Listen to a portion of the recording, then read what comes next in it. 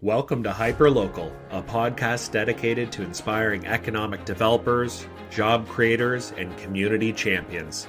I'm your host, Mason Ainsworth, and our mission is to bring you real-world stories, proven strategies, and game-changing projects using local solutions and global perspectives. We have had incredible guests on the show, and we're just warming up. Downtowns matter, and Rachel Braithwaite is leading the charge with Canada's largest provincial business improvement area association. As Executive Director of the Ontario Business Improvement Area Association, OBIAA, she leads with enthusiasm, has the fantastic ability to take small ideas and turn them into significant events. She dares to dream big and supports dynamic downtowns across the province.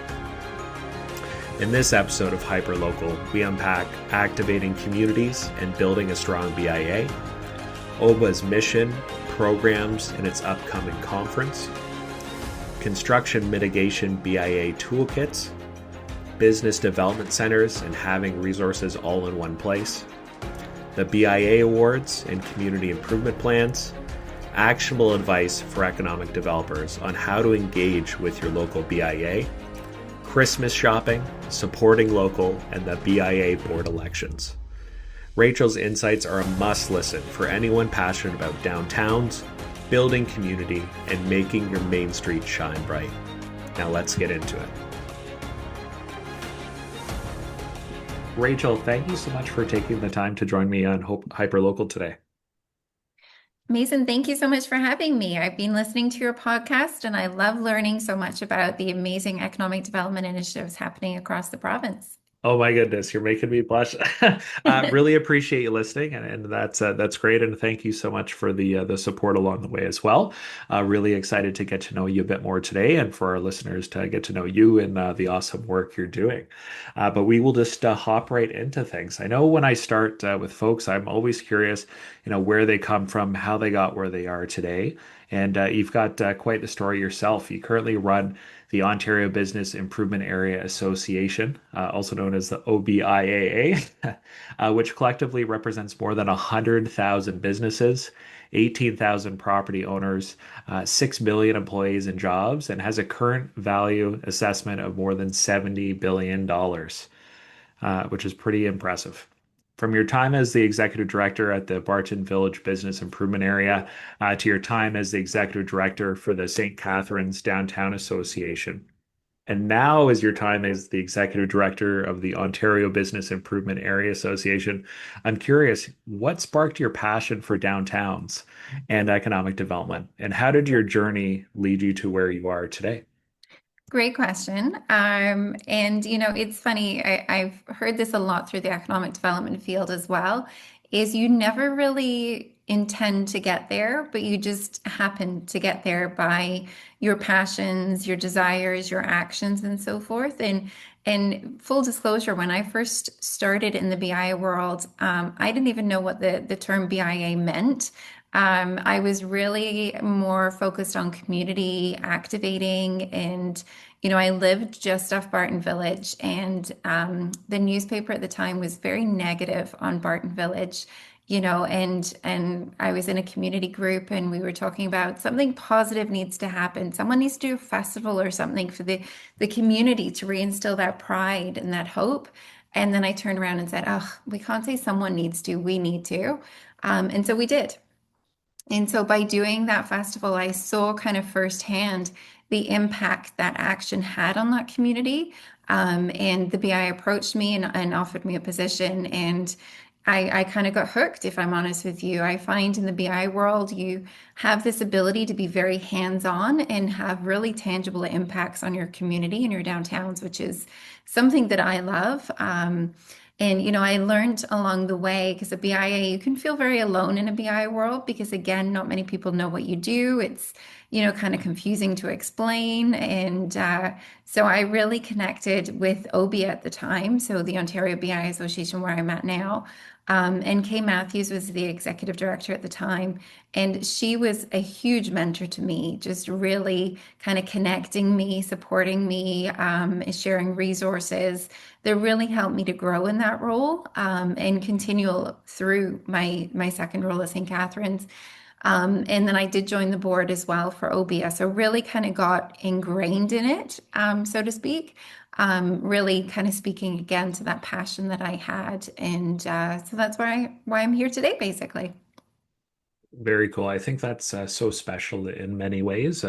One being that you saw an issue within your community, and you said instead of leaving it up to others, you said, "Hey, like we are these people, and we can make this difference within our community." I think that's something so powerful, and I see. I wish I saw it more, to be honest, within communities. I feel there's a lot of folks who are thinking, "Oh, well, the government's going to come and save us, and they're going to do everything for us." So it's really nice to hear from folks like yourself who decide to make a difference in their own community. I think that's really powerful. And to what you said, taking pride and having hope in your community and bringing that back for people is so powerful.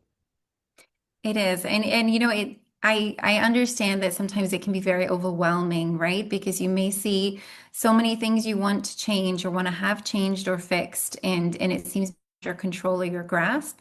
But I would say start small, right? Start with those quick wins, those low-hanging fruit. And gradually you will get there, right? You're not going to move the mountain at once, but you move it stone by stone. And I think as long as you don't give up hope along the way and you have a really strong team around you, you can get there. So I would just encourage everybody out there, if you want to have an impact on your community, start small, don't give up, and get your supporters. Of that. I think that's so great. And I really like the analogy of the mountain stone by stone because I feel like in life, a lot of times, whether it be, parenthood or professional life, sometimes there's this giant mountain and you're not sure where to start. And you just got to kind of chip away at it a little bit at a time. So just going on of the OBIAA, and do I pronounce that OBA? Is that the I, best way to we, say it? Good question. We call it OBIAA. Obia. Okay, perfect. So instead of me spelling it out, I will say Obia. And for those who are listening and might not be aware, can you tell us a little bit about Obia and what is a BIA, who's involved, what they do, and what support you offer to your members? Absolutely. Yeah. So the BIA model actually started in Toronto over 50 years ago. So it stands for Business Improvement Area. And it basically is a local board of the municipality that operates as a not-for-profit. And it is a set geographic area where all of the commercially zoned properties within that area and their tenants pay a levy. And that money goes together for the greater good, basically. So it's all about collaboration. That's kind of the foundation it's built on. And the theme of you're stronger together, right? You have a much bigger marketing impact when you can, bring your dollars together, so to speak, and get a bigger impact. Same with beautification, same with marketing and events and different other initiatives that BIs typically undertake as their pillars. And so OBIA, we are kind of overseeing or here to support, I would say, the BIs in Ontario. So in Ontario, there are over 300 BIAs now, so we've really grown. And the neat thing is, it's also a made in Canada model that has gone across the world. So is the BIA model in England, Australia, the States, you name it. It's a model that people have seen as being successful and impactful, and so they've copied it. There's little tweaks along the way for sure, but for the most part, the intent is always the same. And so that is really rewarding. So for our members in Ontario, we support them through networking opportunities, through educational events and initiatives. We do a number of toolkits and resources available for our members to really kind of make sure that they've got good governance and good structures and supports they need to be successful. And then another key piece that we do for our BIs as well, and our municipalities, because we do have municipal members, is we do a lot of advocacy. So we continually build relationships and partnerships across other organizations. So For example, the Economic Development Council of Ontario and also TIO, the Tourism Industry Association of Ontario. We work really closely with both of them to really amplify that voice that our main streets and our downtowns matter, and that they're really the heartbeat of our community, and they're an economic hub, right, where we need to ensure the support is there to help them survive. Awesome. I think that's great, and that's incredible. Over 300 BIAs. That's quite the achievement, and spreading that from Ontario to other places around the world, I think is phenomenal. And I think that those relationships, whether it be with EDCO or TIO, are so important because at the end of the day, we all want the same thing. We want to make sure that our communities are thriving, and that we have good partnerships to be successful. Yeah, no, I agree. And I think, it's funny how it's really mirroring that BI model, right, of collaboration. You're always stronger together. So with OBIA being able to do that more provincially, I think it just amplifies the impact the BIs can have. Absolutely. And I love that. And to bring that back to your analogy with the mountain, we can move a lot more stones if we have good partnerships and more people coming to the table. So Absolutely. Yeah, if that wheelbarrow's not working to move those stones, go find someone who's got a wheel or, those kind of things, right? You for sure. really have to reach out and get those resources for sure. Yeah. So Rachel, I'm curious. I know you mentioned you have over 300 BIAs just in Ontario. So you must hear from a lot of folks. And I know the world is a pretty turbulent place right now, whether, it's different environmental factors, geopolitics, or even the current tariff war with the United States. I'm curious, what you're hearing from some of those members out there. Good question. And it's a challenging time, right? Because there's so much uncertainty, which I think is the key word we're hearing a lot, right? People are just not sure of what tomorrow will bring, especially with regards to the tariffs, because announcements are being made so, frequently, and they're not able to keep up with that, right? So even small business owners, they're not really able to figure out what their pricing should be because they don't know the impact those tariffs are going to have fully. And so they're often operating at a loss on the products they're selling because they don't know how to correctly price it. So those are some big challenges for sure that we're hearing among the small business community. The other thing that we're hearing from the BIs specifically in more of the rural areas is they're undergoing a lot of construction, which construction is good. At least I should say the end result of construction is good, because we all want to see that renewed and revived Main Street, but it is challenging going through the construction, in terms of making sure your business survives that, right? Making sure your downtown and Main Street is accessible, and that people are still going to be coming to your Main Street. So we're working with a lot of the BIs and municipalities that have been going through that, and we're looking actually to put together a construction mitigation toolkit for both municipalities and BIAs with a whole bunch of best practices and resources that they can then use so to help navigate and really support those small businesses to survive through that. That is super exciting, and that answers my next question for you. I was going to ask, is there some sort of programs or methods available to help mitigate some of that impact? Because obviously, as we know, these things continually happen, or we hope that municipal councils decide to rejuvenate their downtowns or fix some of the potholes or what have you. But obviously, that also produces a negative impact for those businesses and makes it difficult when somebody literally can't come in the front door. But as we know as well, these things do need to happen in order to keep, an accessible and a safe downtown. So I'm really excited to hear that you folks are going to be putting out that construction mitigation toolkit. I think that's something that is desperately needed in a lot of places, and there's many folks, different municipalities as well that are worried at the political level because they don't want to upset businesses, and then they don't know what to do within that time. So they just push on these projects. And as you know, with kind of anything in the construction realm, the further we push these projects off, the more expensive they become in the future. So there's never a perfect time to do construction in front of a business. So I think having those mitigation tools and programs, whether it's through funding or other creative ways, are going to be really well received out in the community. Yeah, I think so too. And I think, the key is often to keep people in the loop, right, with what's going on. I know it can be scary getting backlash from people, but the more you tell them and the more they're informed, usually the better it goes. And we've got some really great examples of BIs who've worked really closely with their municipalities through the construction process.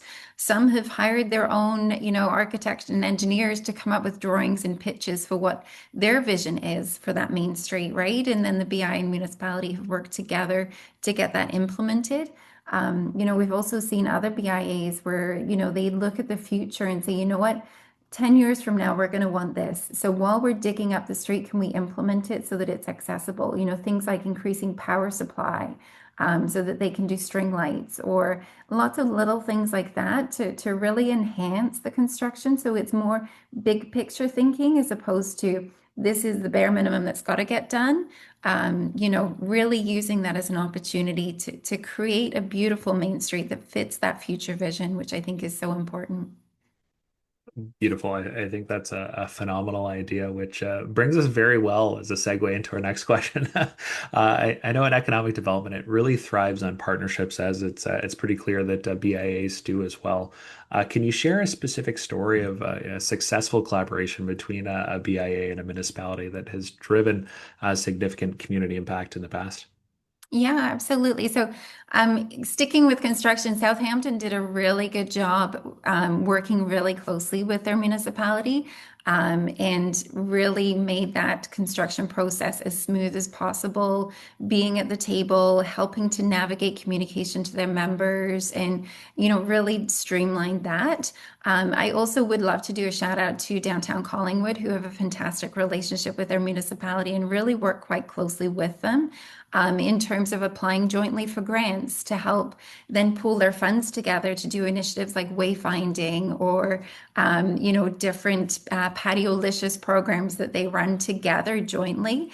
So it really is a case of pooling funds together for the greater good and getting more bang for your buck, right?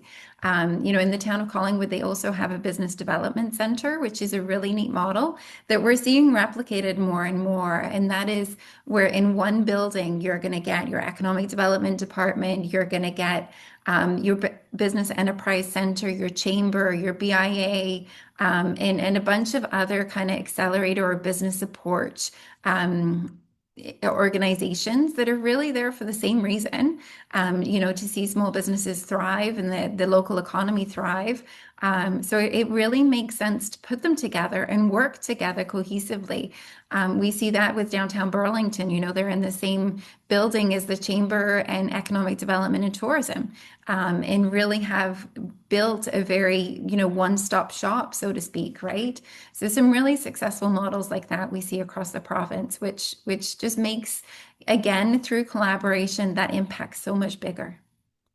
I love that. And I think that really provides a great opportunity. I know you mentioned Burlington there and bringing the economic development, the BIEA, the chamber, things like the CDC and other groups who are focused on very similar things and physically bringing them together.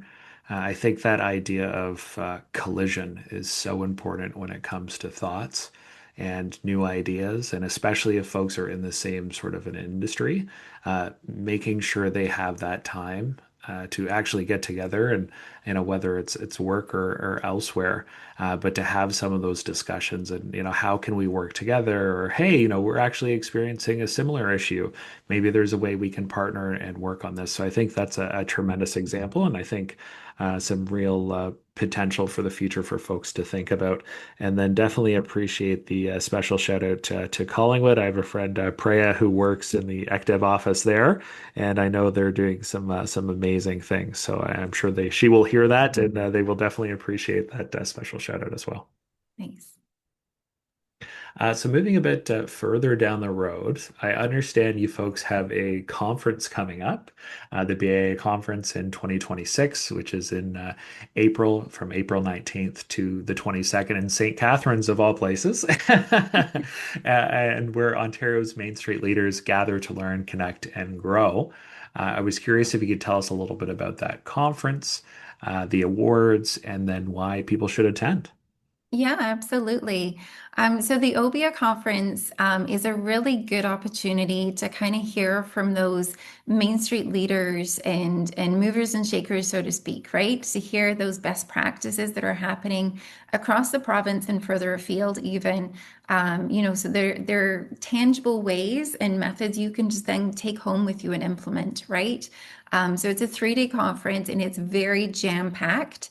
So not only do we have educational sessions, we also do mobiles, which is a really key piece of what we do. So our mobiles, we go out, feet on the ground, basically into those BIAs near the conference site and learn what is working here, what isn't working here, what are your challenges, what are your successes, and how can we grow from that? There's this funny thing that when you get in the BI world, and it's probably very similar for economic development, whenever you tour a local town, doesn't matter where you are, you're no longer taking photos like you usually do. You're now focusing on benches and garbages and hanging baskets and banners.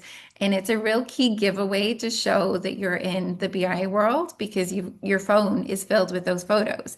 Um, so we really give that opportunity as well at the conference to see those things and learn from them, which I think is really appreciated by those in attendance.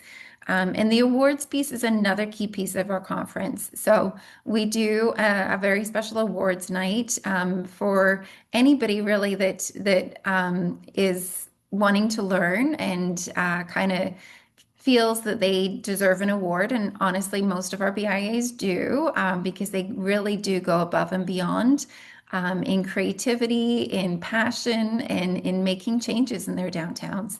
And so we have an awards night where we give out awards to those who have really gone above and beyond and excelled in that action that they've taken. And so we've got a number of different categories. The awards actually just opened.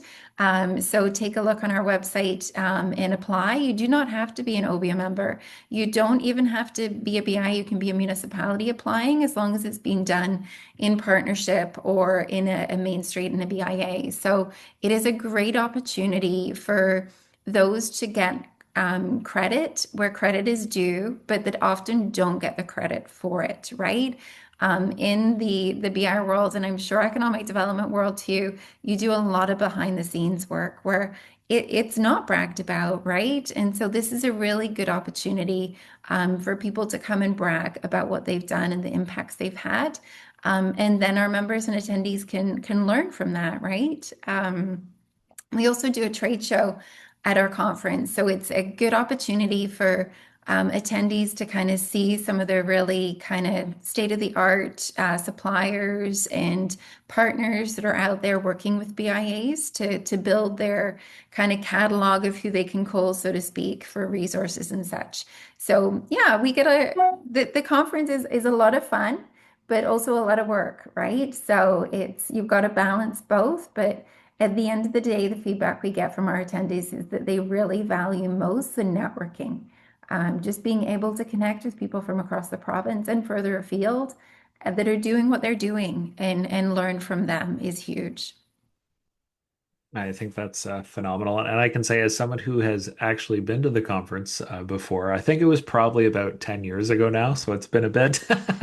But when I was a very green city councilor way back in the day, I remember going there, and it was interesting because it was such a mixture of there was, different elected officials, lots of staff from municipalities, but also folks from BAs and downtown managed boards and such. So I think it's quite the group that's there. And onto your, topic of networking, I think it's such a great opportunity to share those ideas and attend some of those sessions to learn some of the specifics about how you can better support a BIA. I know something that really resonated with me is, if you want to have a successful downtown, you have to have people living there. And the more people that are living there, the better your chances are and such. And so that was something I found really powerful. And after that conference, we ended up creating a downtown community improvement plan, which was extremely successful in Aurelia. Got a lot more units above stores and such, and facade improvements, and the whole shebang.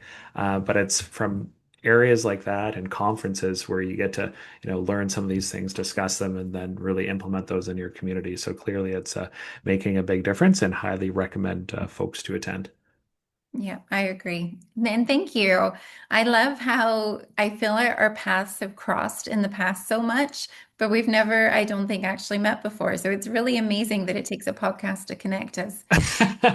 Well, it's a big world out there, and I'm really excited to be getting to know you a bit more today. And I'm sure we're gonna run into each other in the future, whether that's at EDCO or maybe even at the conference in April. It is a day before my birthday, so that is a potential, and we will see what happens. But definitely, it's on my list of things to attend in the future for sure.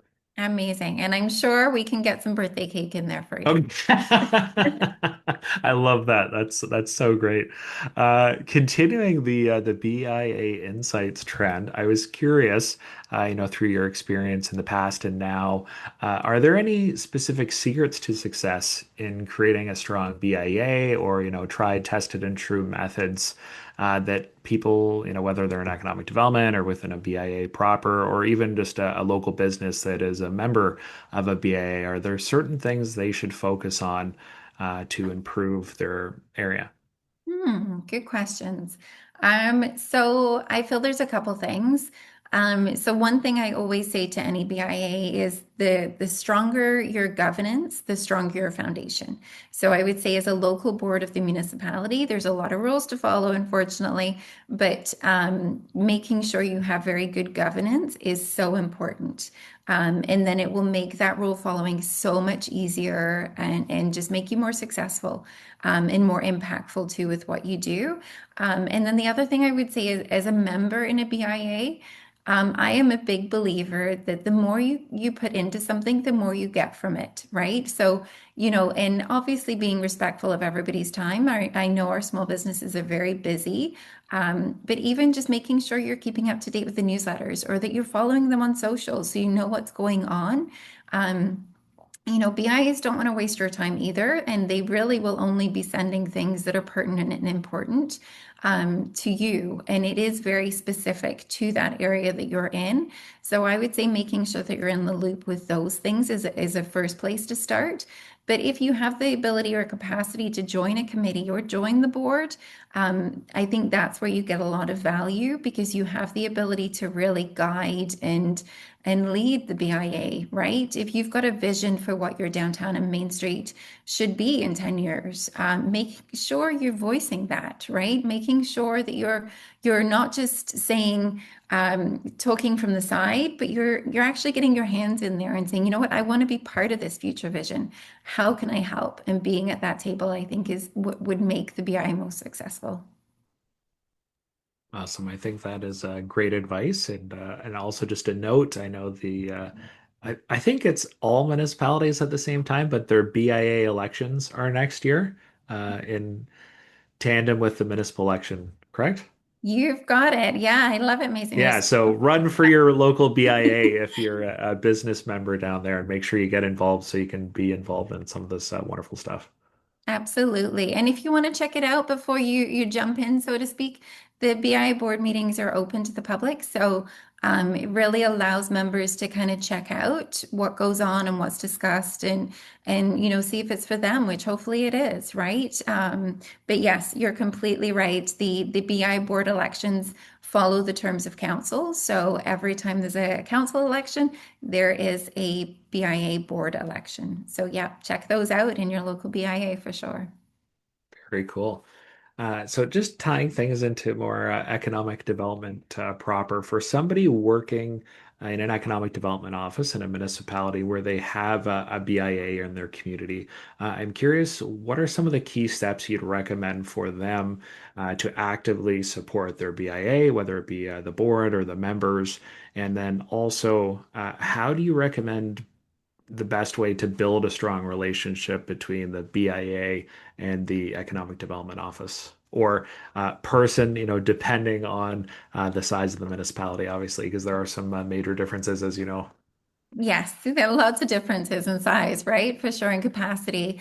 And taking that into account, I would say obviously, do what you can based on your capacity for sure. But I would say having open dialogue with that BIA, inviting them to be part of the discussion and be at the table, especially when it's regarding matters that pertain to their area, I think would be really valued. The mandate is pretty much the same, right? For economic development in the BIA, it is about improving that area, right? So it's good for businesses to survive and thrive. So very fitting in terms of they're doing the same thing. And I would say too, if you can attend board meetings, that is a great resource too. Reach out to the BIA to see if you would be able to get on the agenda to say, can I give a 10-minute update? Or, if there's initiatives that are coming to the area that will have a big impact on that BIA, then making sure they're in the loop. If it's a big, skyrise proposal for a new development, making sure the BIA is aware. Um, One of the things we often hear from economic development offices and municipalities that they really value about a BIA is that it's a collective voice. So when they're looking to do something or make a change or update their master plan or things like that, they have a central voice that they can go to, and that's the BIA, to gather feedback, right? Because the BIA will have in turn gathered it from their members. So they say they really value that piece because it saves them a lot of time. They no longer have to necessarily go door to door, or I mean, often sometimes they will do, but it just allows that more unified voice to have such an impact, right? Absolutely. I think that collective voice is so important and especially when it's in a positive way. And I think that that relationship building between staff at the municipal level and within the BIA and its board, but also with the elected officials and especially if it's let's say next year we're looking at 2026, there's the potential in a lot of these communities to have new members of council. And I think establishing those relationships early on and explaining, hey, this is why a BIA is important. Here's how we work. Here's how we operate. Here's some things we can do to help support the rest of the community, I think are really vital, as opposed to kind of the opposite side of that, which is like a very hostile, negative relationship, which I've also seen in different municipalities in the past. And that never goes great for anybody, unfortunately.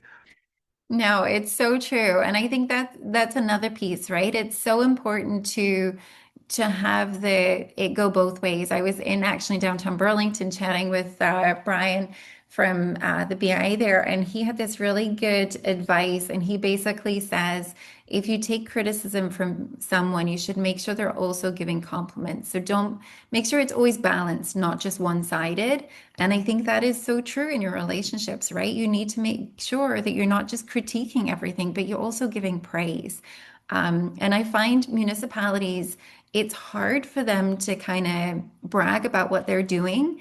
And so when I was actually in the BI world, I would take photos, for example, of public works staff planting our flower beds or cleaning up our street and do a social post and say thank you to the city for helping us keep our downtown clean.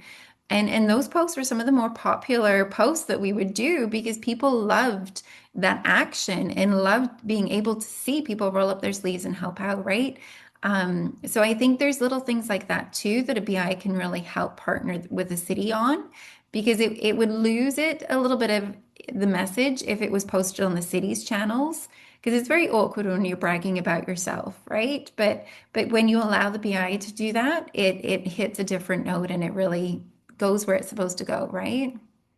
Very cool. I like that idea a lot, and I think that's a nice way to have that symbiotic relationship in a positive manner, especially in areas where things might be a little hostile, whether it's from historic things or what have you. But that hey, we really appreciate some of the stuff that you're doing, and that I think goes both ways as well. The city mentioning, hey, here's some really cool stuff that the BIA is up to that we want to support or put some more funding behind and in those sorts of initiatives. And looping that into my next question with inspiration. For a municipality that's looking for some inspiration to do something fun in its downtown, what unique events, festivals, or amenities in a downtown have you heard of that really stand out in your mind? Good question. I would say it differs, right? It really depends on the BI and the location in terms of what the need is from that community or those businesses. Some really love road closures and events. Others hate them.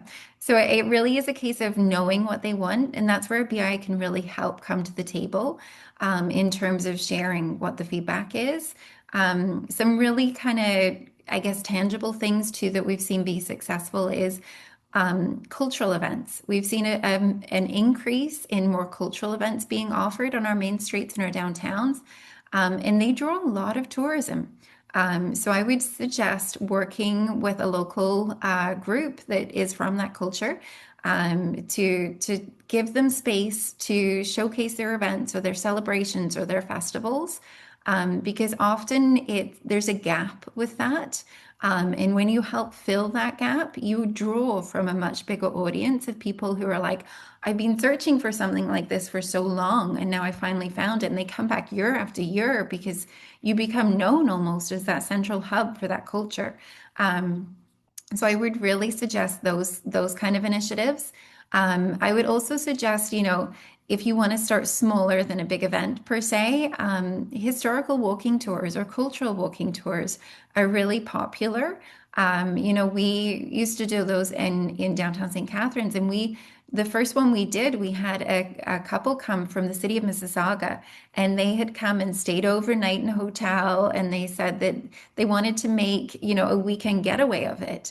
And we'd never envisioned that being a demand before. We just thought it would be just attracting locals. But history tours and cultural tours actually have a much bigger draw too for tourism. So I would encourage some of those pieces for sure. And then the other thing I would say is maybe enhancing the public realm, right? Making sure that it's usable and that it fits what that community needs. We're seeing a lot more lights being asked for, even just little string lights to really enhance the visual and the ambience of the area. So those seem to be quite popular too. Very cool. I think that was a good overview and balance of a few different things. And I like, what you said there, helping to fill the gap. I think probably in a lot of communities, there are these missed opportunities where if they were given a chance that they have the potential to make a very substantial impact. And what you said about different cultures as well, I think there's definitely an appetite there, and what we're seeing, especially through COVID, was a lot of folks from the GTA kind of moving out into the more rural communities and such. And I know chatting with a few folks who are my neighbors and in different areas in Aurelia that have moved up, that's something a lot of the times that they see as lacking as a bit.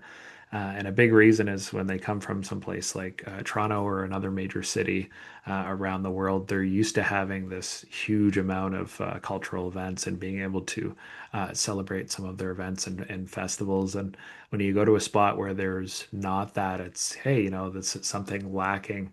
Um, but it's also an opportunity to start doing something along those lines and potentially attract more folks in the future, but also to share that culture with the rest of the community, which I think is the more important thing there, so that we have better understanding of each other and build those stronger relationships, whether it be on a personal level or in business as well. Yeah, I agree with you. I think helping amplify those voices that aren't often given a mic, so to speak, I think really is important, right? And it's an opportunity that BIAs and municipalities can provide. I think it is important though to do it with them, not for them, if that makes sense. 100%, 100%, and I would say even further to that, having them take the lead on things and not telling them, oh yeah, this is going to be great, but saying, hey, what do you think would be good, and then supporting and being supportive of that. I'm curious, Rachel. I know we've chatted a lot about BIAs today. Is there anything that we're missing or areas of interest to our listeners that we haven't touched on that we should? Oh, good question. I would just say, main streets have had their challenges over the year, right? With regards to malls, let's just be honest. And it is hard to compete, right? Because a main street, you are public realm focused, right? You're there for everyone. And so I would just encourage listeners to really make sure you're supporting local, especially this holiday season. When you shop local, especially on your main streets, you're going to find something that's unique, that's, you're not going to get at anywhere else really. But more than that, it's also the experience you get. Main street businesses will often get to know their customers and know you by name, but also Main Street businesses keep the majority of their money in the local economy. So you're reinvesting in your community when you purchase goods from them. So I would just recommend, where possible, support local this season. And many of our BIs are doing wonderful initiatives to help support that. Many have gift card programs that you can purchase as gift cards, where it's a gift card that works in most of their businesses in their area. So it really gives you that ability to give a gift for someone you don't know what to get for, right? And then they can pick it out themselves, but still supporting local, which is so important. So I would just do a polite reminder to please support local this Christmas. Absolutely. And I'd say, kind of linking to one of our earlier questions about what's going on in the world, I think that if there's ever been a time to do that, the time is now. It's so crucial with everything going on, and especially with this trade war with the United States, that if you want these businesses to be there in the future, you need to get off your butt and actually go and support them. And I know that's really blunt, but that is the reality. For a lot of folks out there, it's this year and this season, could make that big difference. So just make sure you do, and get out there. And the Christmas holidays coming up is a prime example, and a prime opportunity to get out there and put your money where your mouth is. Absolutely. Yeah. And you know what? A BIA is a great resource, obviously depending on their size and capacity, but many of our BIAs that are a little bit bigger will have a directory, right? So they'll list all of those businesses on their website. So in even gift cards you can purchase often on the website too, right? So, if you're looking to plan before you go to see what could fit for what, there's resources out there, right? And even if you were to call the BI and get advice, I'm sure they would be more than happy to give you that advice too. So, yeah, I don't think there should be anything holding people back from shopping local and going into those I mean, honestly, Ontario has some of the most stunning and beautiful downtowns. And making sure that you're experiencing that, I think, is so important. And the winter season is a really beautiful time to explore them because they do come alive with light installations and window decor and other different things that you just typically don't get anywhere else. It's stunning. Absolutely. And not to put you on the spot, but I think the Christmas season is an exciting time. Without, making you choose favorites too hard, are there any particular, like, really Christmassy downtowns that I can take my wife, because she's just absolutely obsessed with Christmas, where it would make a big splash for her and for other folks listening, obviously, but more for her. Good question. Good question. There's a lot of BIs that do events and do Christmas parades. So I would recommend checking those out. There's also a lot of BIs that do different like dining specials through the Christmas months and the winter months. So I know in earlier there's downtown days of delicious days, sorry, of Christmas. So I encourage you to obviously check those out as they're local to you. But if you're looking to travel a little bit, downtown Stratford is stunning, just really picturesque, but also really go above and beyond with their Christmas decor.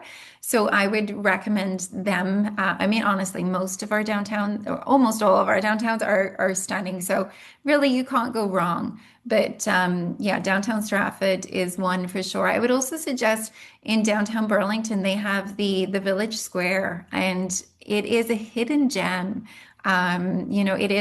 It's not actually public property, it's private property.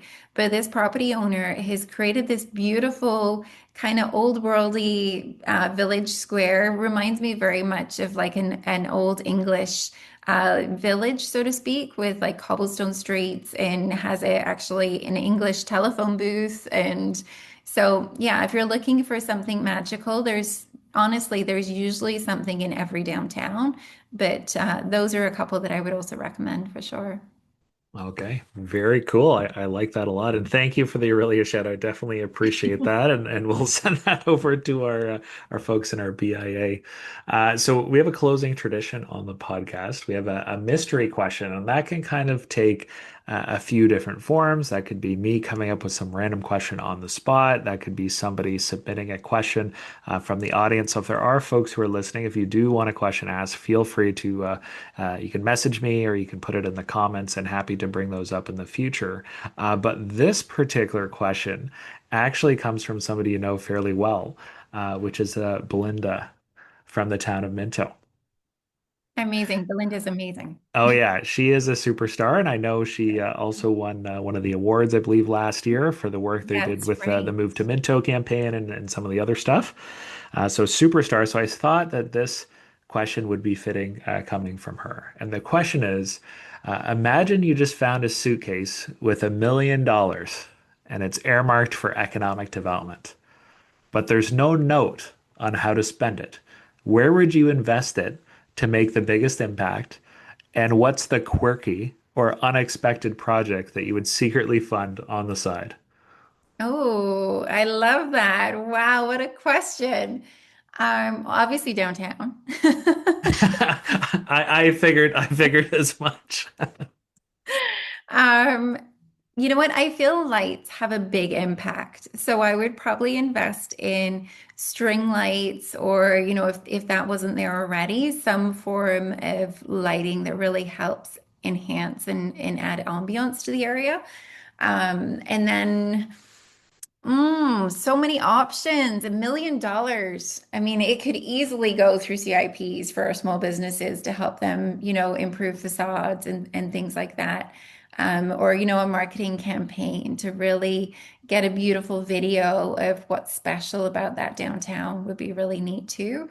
Or even like I'm giving you lots here, sorry. I really love, and everybody is always so jealous of it, in International Village in downtown Hamilton, which is another beautiful one to view for winter.